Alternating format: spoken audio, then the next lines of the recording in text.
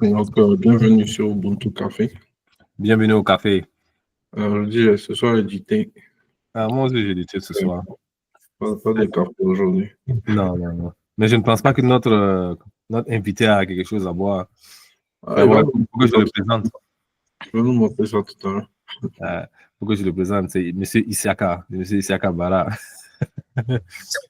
Donc, M. Isiaka Bara a décidé de nous joindre ce soir pour faire une discussion sur quelques petits sujets là. C'est la première fois qu'on a un invité. Hein. C'est ça. Ouais. C'est le premier invité. Mais en attendant, je sais que le samedi passé, on a fait une présentation sur Databricks. Et puis, j'ai fait la présentation. J'ai trouvé que c'était quand même pas mal. C'était vraiment... On a parlé de data engineering un peu dit quoi en réalité. Parce que... Qu'est-ce qui t'a inspiré pour choisir ce sujet? Non, bon, je pense que ce qui m'a inspiré vraiment, c'est le fait que j'avais utilisé Databricks quand c'était tout nouveau. Genre, il y a plus d'une dizaine d'années, j'avais utilisé Databricks et puis le langage de programmation Spark et tout ça. Et après ça, je n'ai plus utilisé en fait, jusqu'à pratiquement maintenant. Donc, comme j'hésitais entre Databricks et puis l'autre, c'était quoi? DBT, je ne me trompe pas. Mais je pense que Databricks a finalement gagné, donc ouais, c'est ça. Ouais. En tout cas, je pense que les gens ont aimé. Et ça a donné même en fait une idée pour faire plus de présentations sur SQL.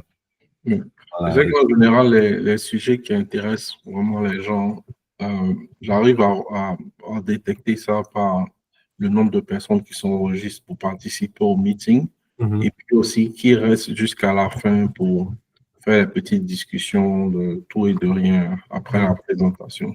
C'est ça. Donc ça, c'était une de ces présentations que les gens vont vraiment apprécier. Parfois, ceux qui sont restés pour parler, tout ça, quoi, puis poser des questions et autres. C'est vrai. Donc, on va donner, monsieur Bara, si vous voulez vous présenter, même si c'est en 1 minute.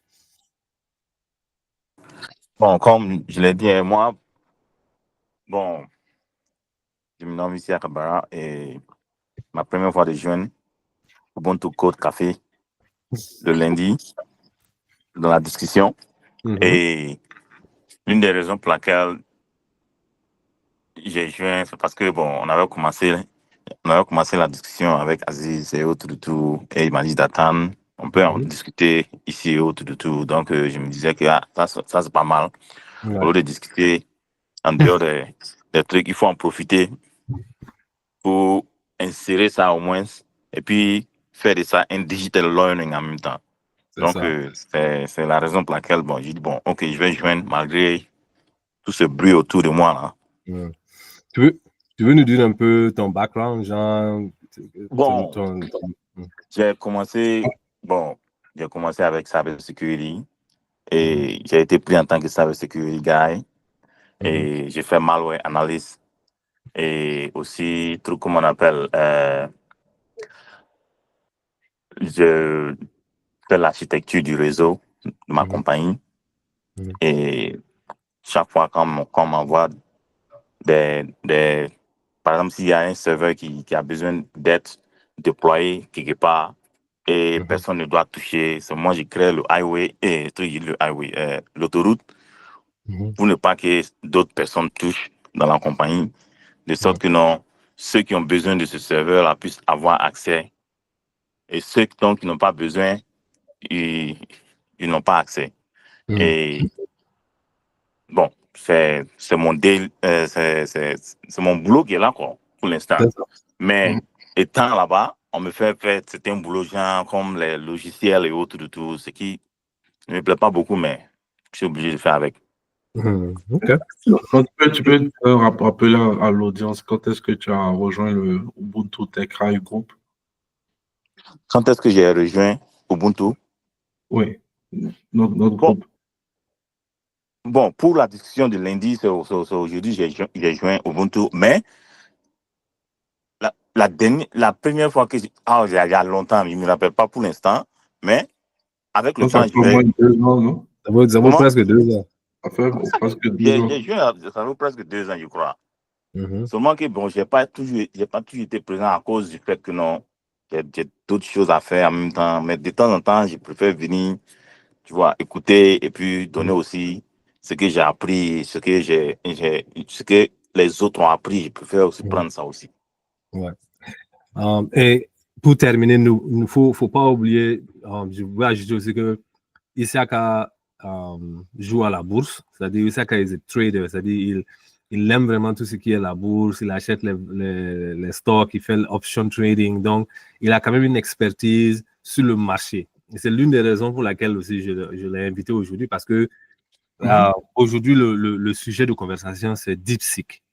Et pour ceux qui ne savent pas ce que c'est que DeepSeek, DeepSeek, c'est un nouveau langage, un modèle qui a été un nouveau modèle chinois qui est sorti quand hier. Je pense que la première fois que j'ai entendu parler je pense que c'était en décembre, quelque chose comme ça. Voilà.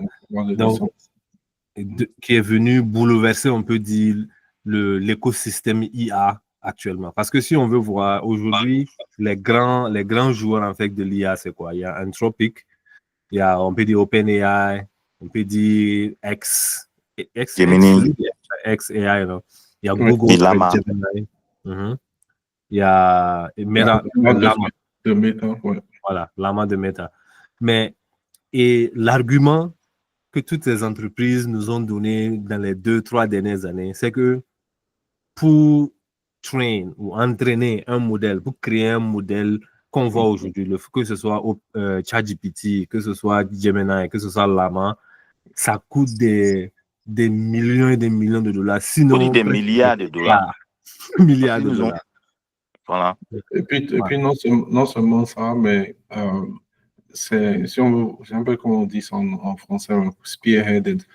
Bon, si on va à la pointe, en ce moment, tout le monde était plus ou moins d'accord que c'était OpenAI qui est à la pointe en ce moment, mais qui était à la pointe.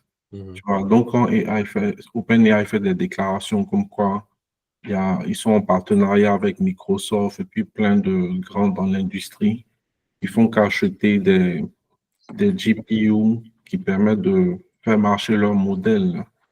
Donc, tout le monde avait cette idée-là comme quoi ils sont pratiquement intouchables.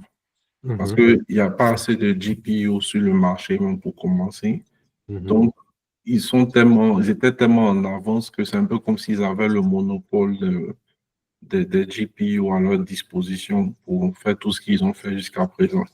Et puis, il se trouve que DeepSeek sort de nulle part, fait la même chose, sinon même meilleur, avec des GPU d'ancienne génération, et puis à moins de 6 millions de dollars. 6 millions de dollars. Et ce qui est encore plus effrayant, c'est que ce n'est pas seulement au niveau même économique, mais c'est aussi au niveau politique. Oui, laisse-moi finir. Ok. Ouais.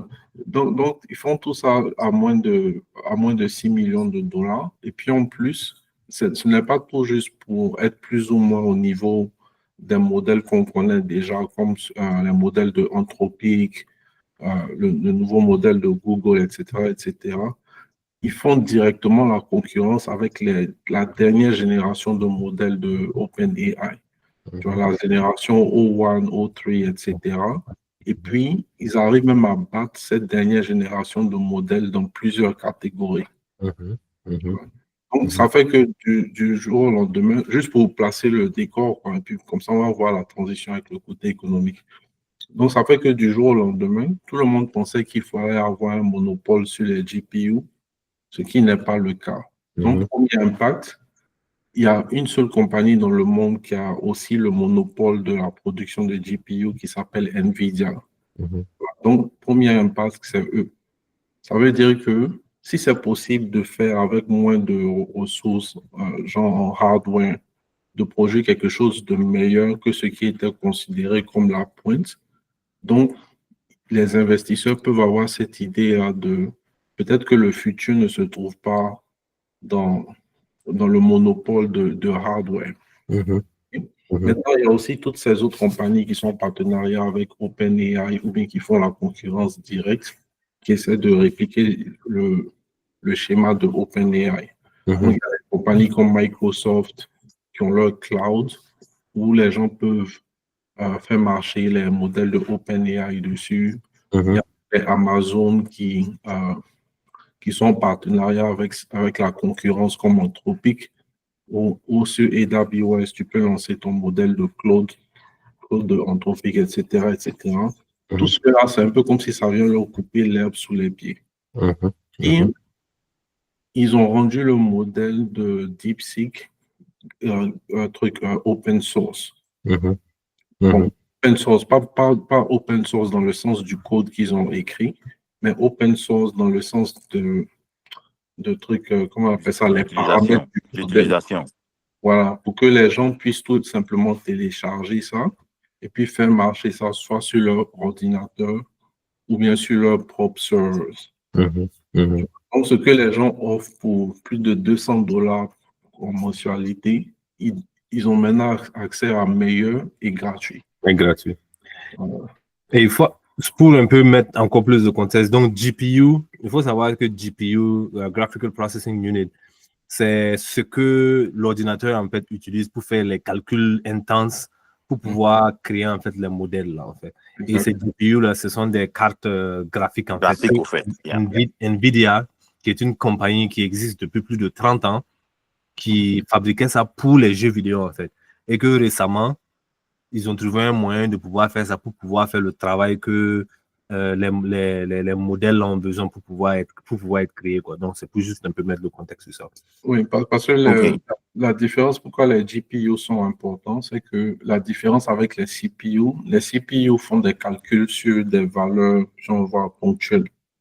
Alors que les GPU peuvent faire des calculs sur plusieurs valeurs en même temps. Donc, c'était vraiment approprié, comme tu dis, pour les jeux vidéo. Un peu après, c'était les gens de crypto qui voulaient faire les histoires de Bitcoin et autres. C'est eux qui essaient de s'accaparer de tous les GPU. Et maintenant, la troisième vague, c'est la vague de l'intelligence artificielle. Toutes les compagnies qui créent des modèles et autres.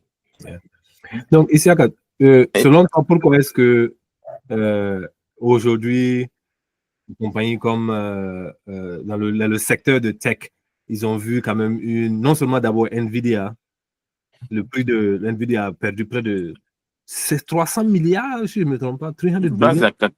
300 milliards, 400 milliards, un truc comme ça. De valuation. La valeur dans la valeur, 300 milliards.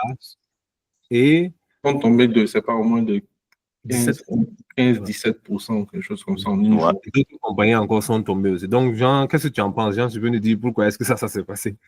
Bon, en fait, quand on regarde même DeepSeek, même en réalité, c'est quoi? C'est que les Américains ont tendance à prendre le monopole sur quelque chose et puis forcer les autres pays à suivre leur modèle. Donc, je crois qu'il y a 2 ans de cela, quand on parlait des AI, tout qu'on appelle intelligence artificielle et autres, avec les GPU, comme vous l'avez dit, et autres de tout, il est arrivé que non, en technologie, surtout du côté des voitures électriques, la Chine était tellement en train de progresser plus que les États-Unis.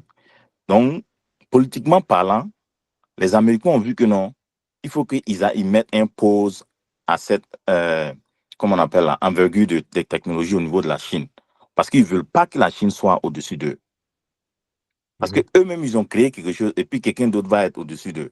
Mais la raison pour laquelle la Chine avance plus rapidement possible, c'est parce qu'il y a un système qui est unique là-bas. Et ici, le système est fait de sorte que non, les gens font palabre jusqu'à ce qu'ils arrivent à un certain niveau où ils disent non, ouais, on va accepter ça. Mais avec des périmètres de protection autour. Bon, le DeepSeek, au niveau de la Chine, c'est venu même, tu vois, même à cause de la frustration des Chinois à ne pas pouvoir s'accaparer des cartes graphiques pour pouvoir aussi tester leur propre intelligence artificielle. Donc, ils se sont revêtus aux anciennes technologies. Ils se sont dit, OK, si on a ça, on peut utiliser certaines technologies. Mais pour l'instant, on ne peut pas dire que, je ne peux pas vraiment dire que non, ce qu'on a vu sur le, comment on appelle, white paper. Le white paper, c'est juste comme je dirais, un document qui explique la raison d'existence de DeepSeek, au fait de leur, comment on appelle, intelligence artificielle. Donc, je pense qu'ils ont expliqué à peu près les techniques, exactement. comment ils ont Donc, fait pour exactement. Donc, à partir de leur explication, les Américains ont vu que non, tout ce qu'ils ont commencé à faire dans l'environnement des trucs, comme on appelle l'intelligence artificielle, surtout au niveau économique, ont quelque part faussé, ou bien, je disais, fraudé les investisseurs, au fait. Tu vois. Donc, on voit la Chine qui est sortie avec un truc qui est à peu près même chose que OpenAI et qui a dépassé même Facebook. Pendant que Facebook, il n'y a pas longtemps, parlait de... ils ont fait un investissement de 65 milliards. Donc, un investissement de 65 milliards versus un investissement de moins de 6 millions, il y a une très grande... truc, comment on appelle je suis d'accord, mais quelque part aussi, il y a certains détails qui sont importants dans le sens. Exact. Dans non, le sens. Je viens. Ok, vas-y. Je disais à Aziz hier que non, si ce qu'ils ont dit est vrai, vraiment, ce qu'ils ont fait aux États-Unis ici, là, avec toutes ces dépenses-là, c'est qu'ils ont volé les gens. Non, techniquement parlant, ils ont volé les gens parce que ils ont envoyé les gens à maximiser leur investissement sur ce truc-là. Et du coup, il y a quelqu'un d'autre qui vient avec ça très moins cher. Non. Je ne crois pas que ça soit aussi simple que ça. Il y a des détails importants, comme ce que vous avez dit tout de suite. Hein. Il y a des détails importants. C'est du genre, une des techniques qu'ils ont utilisées pour faire DeepSeek, c'est que dans l'entraînement du modèle, ils utilisent un modèle qui est déjà établi pour guider l'entraînement du nouveau modèle de DeepSeek, en fait. Donc, c'est qu'il y a des gens qui ont fait des expériences où quand ils posent certaines questions dans les prompts, le DeepSeek répond comme s'il était un modèle de OpenAI.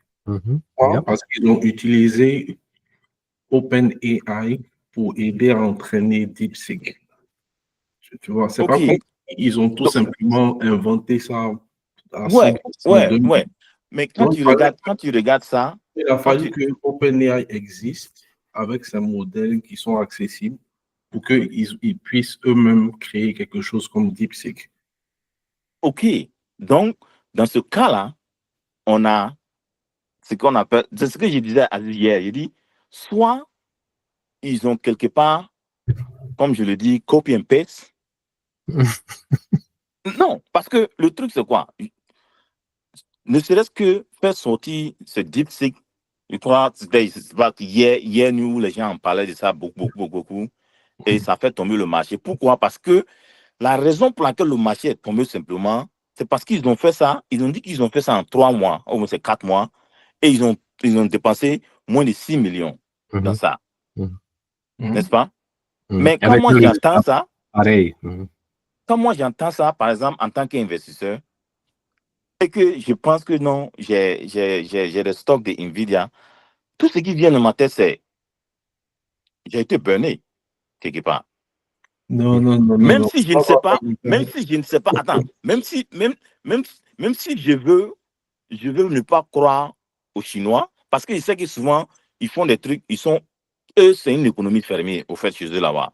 On ne peut pas savoir ce qui se passe et autour de tout. Et c'est l'une des raisons pour laquelle il paraît qu'ils ont été piratés, hackés, c'est parce que les gens veulent savoir qu'est-ce qui s'est vraiment passé dans tout ce truc qu'on appelle là, dans tout ce entraînement de AI là.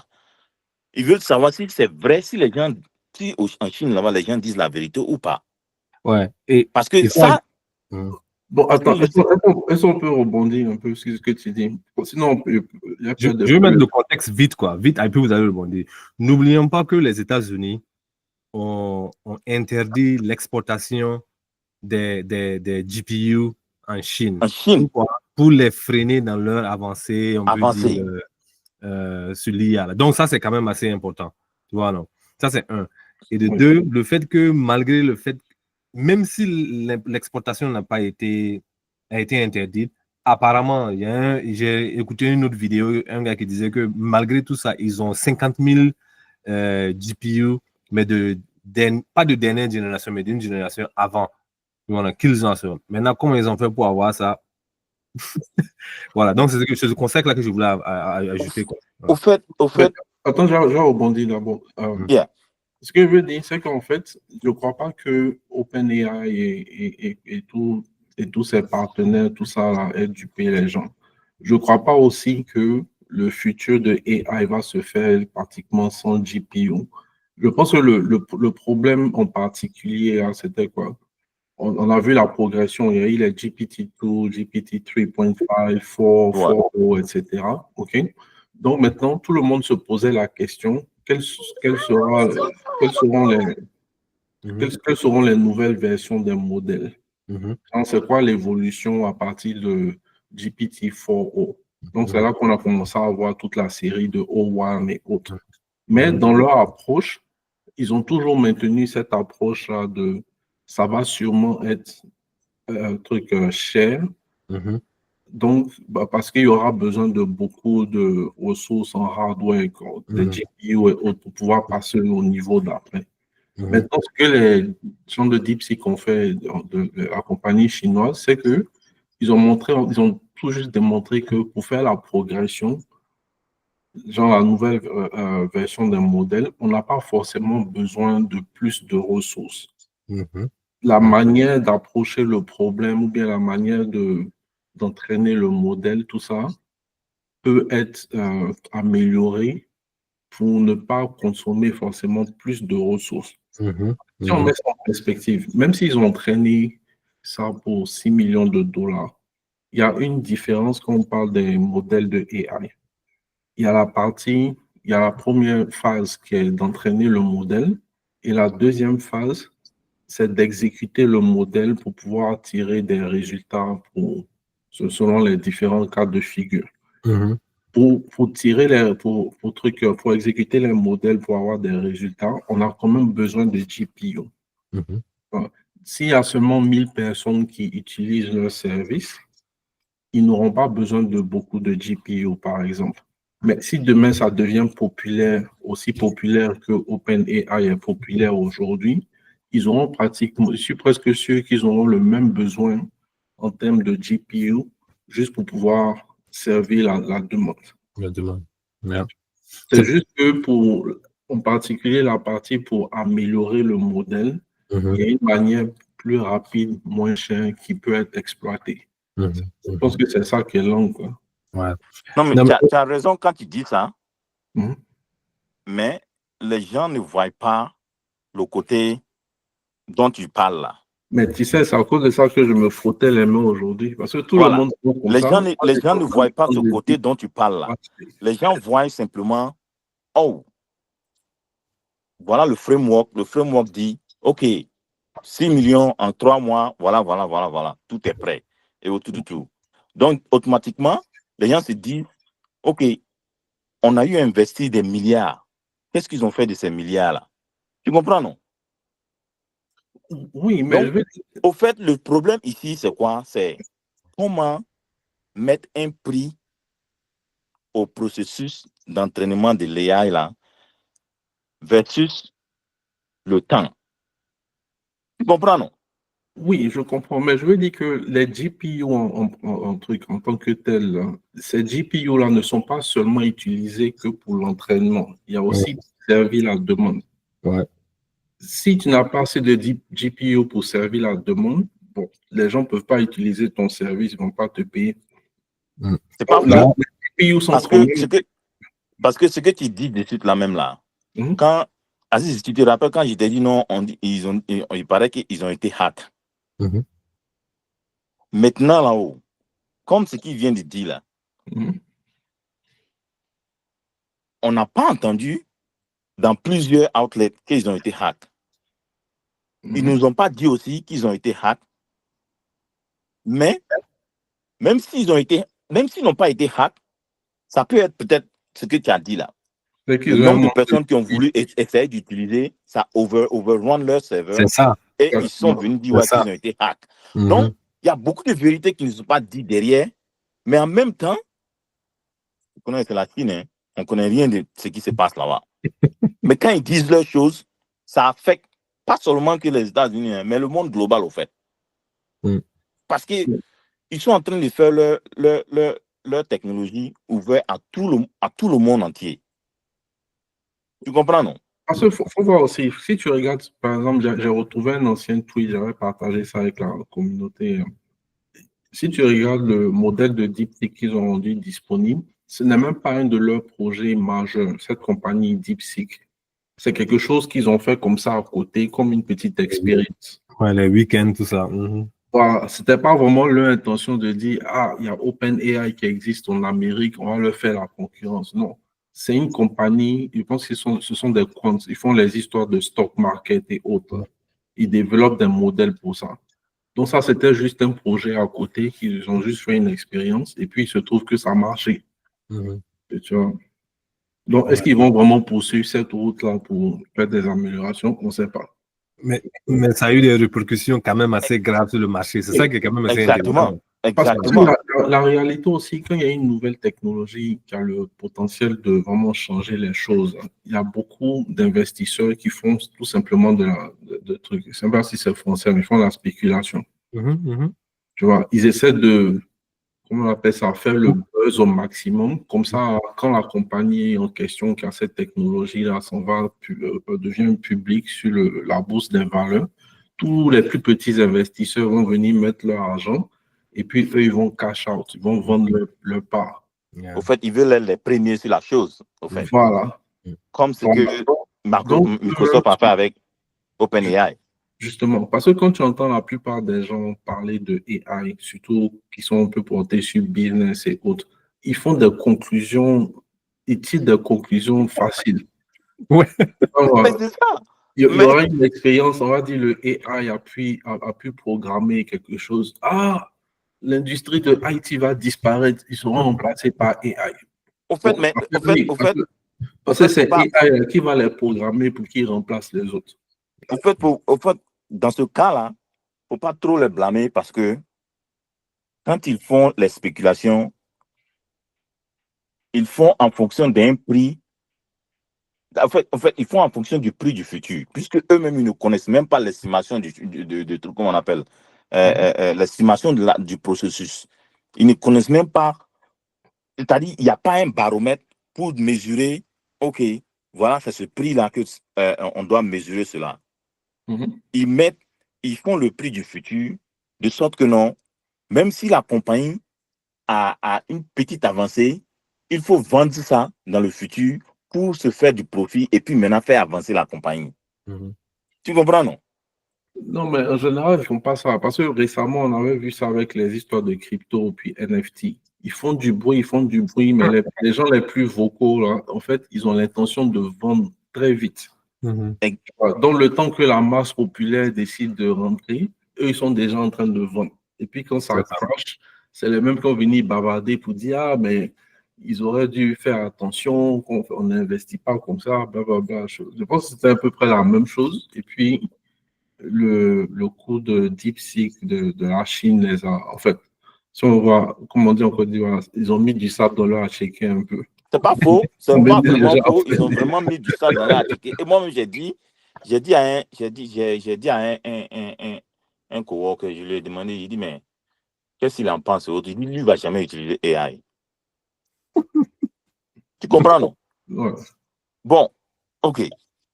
Voilà quelqu'un qui dit qu'il ne va jamais utiliser. Moi, en tant que, comment on appelle, en tant que quelqu'un qui aime penser souvent au marché et autres, tout, un homme, je lui demande, et il me dit qu'il ne va jamais utiliser AI.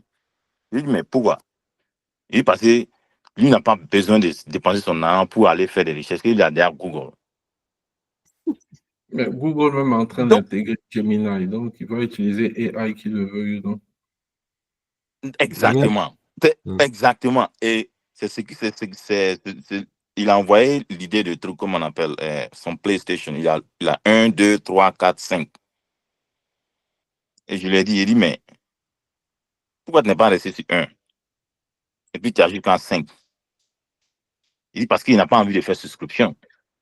Il dit, mais malgré que tu ne fais pas les souscriptions, tu as toujours 1, 2, 3, 4, 5.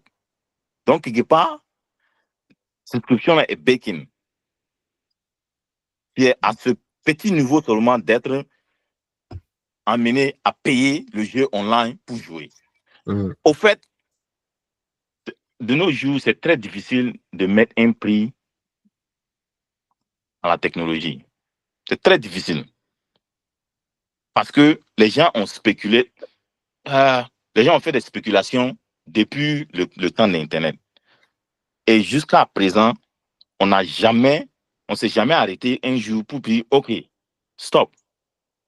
Qu'est-ce qu'on va faire? Parce qu'on voit une compagnie comme Yahoo qui a commencé, qui était devant.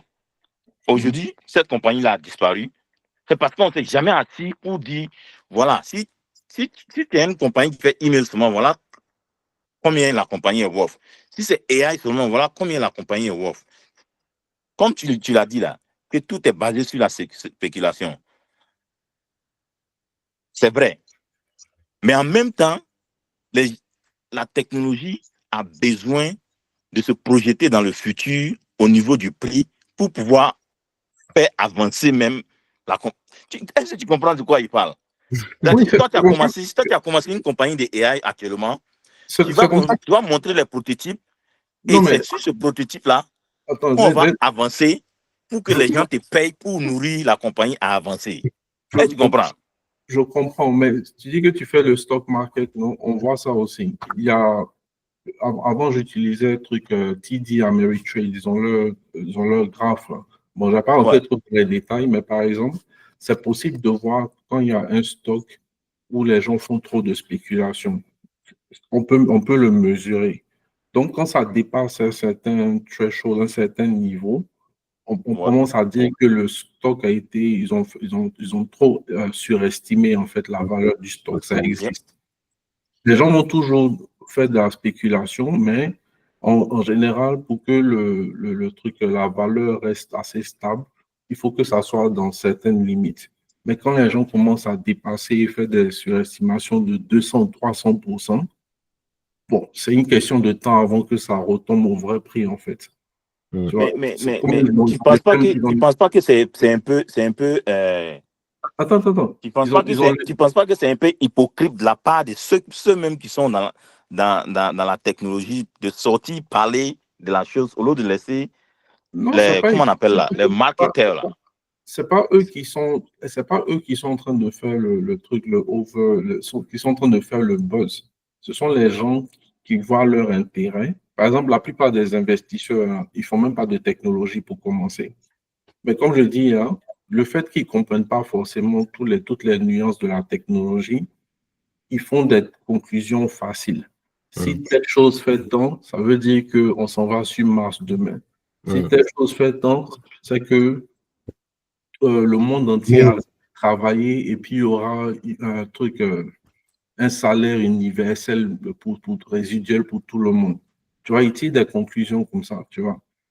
Donc, maintenant, ce qui se passe, c'est que justement, la preuve que le marché se comporte de manière, comme d'habitude, en fait. Quand les gens font des surestimations, il y a toujours un événement qui arrive qui fait que le marché retombe sur sa vraie valeur, en fait. Comme là, dans ce cas-là, c'était le cas de la sortie de DeepSeek.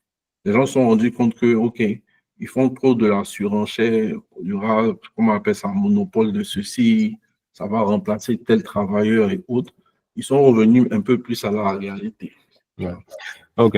La causerie est bonne, je sais, mais en tout cas, je pense qu'on a quand même assez tapé sur tous les points et tout. Ce qui est sûr, ce qu'on doit savoir, selon moi, en tout cas, mon analyse rapide, c'est que les choses liées, en tout cas, les grands pays, on peut dire Chine, Amérique, ceux vraiment qui veulent prendre le dessus du monde demain, on se rend compte que l'IA, ce sera quand même un weapon, comment on dit weapon, une arme qu'ils veulent utiliser. Et je sens que c'est déjà même une arme. Ouais, l'événement d'hier, en tout cas, je pense que c'était comme une sorte de premier tir ou bien de deuxième tir. Et je sais qu'on aura plusieurs occasions d'en parler. On va en parler encore. Ouais, c'est clair. Sinon, sincèrement, dit là, quand tu regardes TSM, c'est une monopolie. Ouais, bien sûr. Yeah. La Chine n'a pas TSM. Ouais. Et Nvidia. TSM, c'est Nvidia même, comment on appelle là, dépend de TSM. Mm-hmm. Et il faut savoir que les deux CEO sont cousines. Ouais. De toute façon, ce que je la réalité, c'est qu'en technologie, c'est dur de tout simplement avoir le monopole en parlant d'une compagnie ou autre, parce que les gens n'arrêtent pas d'innover, en fait. Mm-hmm. Si quelque chose n'est pas disponible ou bien n'a pas assez de ressources ou autre, ils vont trouver une autre manière de le faire. C'est clair. Ouais, c'est clair. OK. En tout cas, merci beaucoup, M. Isaka. Pour dans 2 semaines, le Ubuntu dans 2 semaines, je pense qu'on va faire une présentation sur SQL encore, mais cette fois-ci, on va vraiment aller sur les bases. Et je pense que ceux qui sont développeurs là, ils doivent sortir nous dire la vérité. Quand je dis ils doivent sortir nous dire la vérité, ils doivent sortir nous dire la vérité sur chaque développeur et son prix en fonction de ce qu'il fait, pour qu'on sache vraiment à combien on peut mettre le prix d'une technologie qui est nouvelle. Okay. Tant qu'on ne fait pas ça, l'avenir sera toujours une spéculation pour nous. Okay. En tout cas, SQL dans 2 semaines. Tu as couvert les trucs immutable. Voilà, immutable. XTDB, c'est ça la base de données là? Ouais. XTDB. C'est une base de données qui garde l'histoire des transactions, des opérations sur la base de données. Donc, on va parler de ça dans 2 semaines. Ouais. En tout cas, de SQL database. C'est ça. Merci beaucoup, Isiaka. Merci à Ben. Merci à vous aussi. Hein. Merci parce que le débat est toujours, comme on appelle, hurlé quand il s'agit d'une nouvelle technologie. C'est vrai qu'on n'est pas aussi intelligent que ça, mais quelque part, on a notre petite intelligence où on essaie d'avancer notre avenir. Voilà. Et avec ça, les discussions sont bonnes pour pouvoir, les conversations sont bonnes pour pouvoir, comme on appelle, s'enrichir au fait. Voilà. En tout cas. Merci encore. Allez, à la semaine prochaine. Yep. Okay. Bye. Prochaine. Bye.